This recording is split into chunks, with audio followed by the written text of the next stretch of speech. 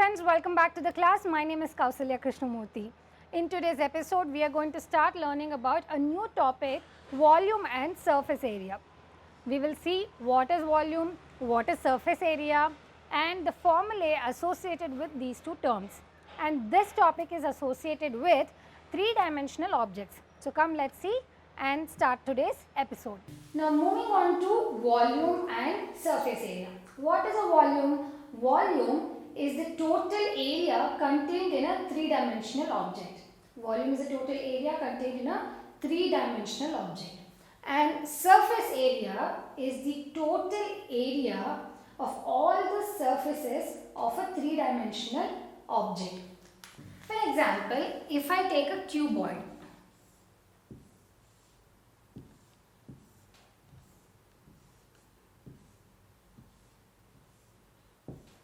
so this is a cuboid. Here, all these surfaces, there is one surface here, and there is one here, there's one here, there's one here, and there's one here. So all these surfaces put together is called as the surface area. We can take one more example. Let's take a cylinder.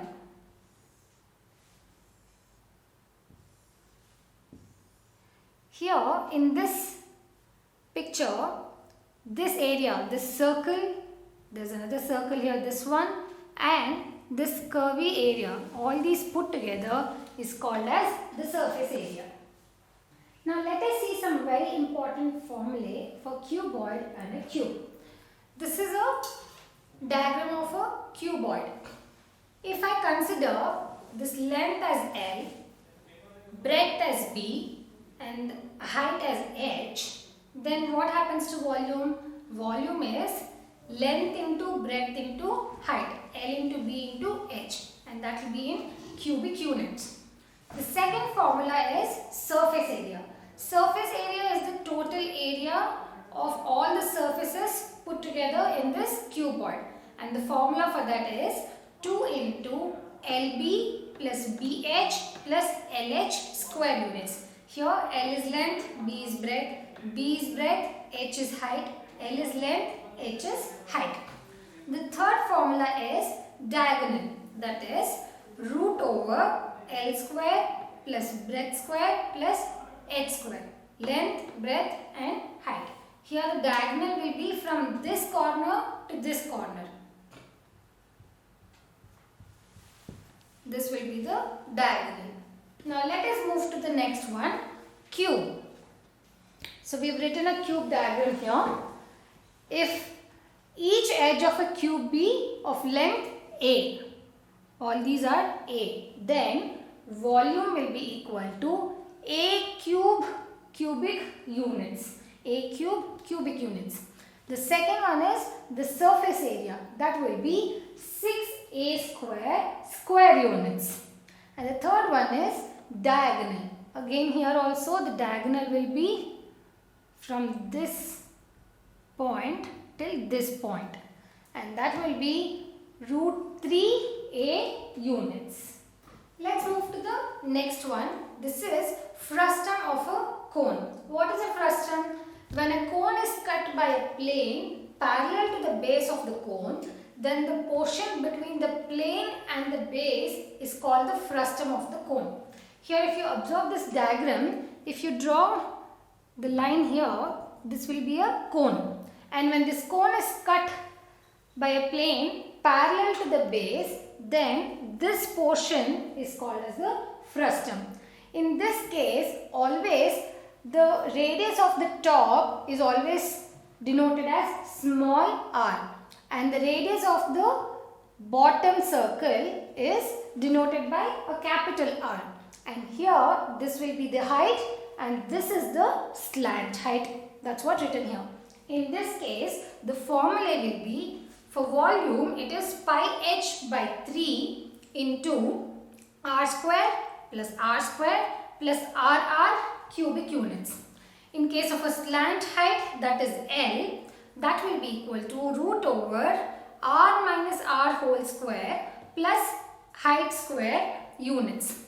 And the lateral or the curved surface of area, this part, that will be equal to pi L r plus r square units.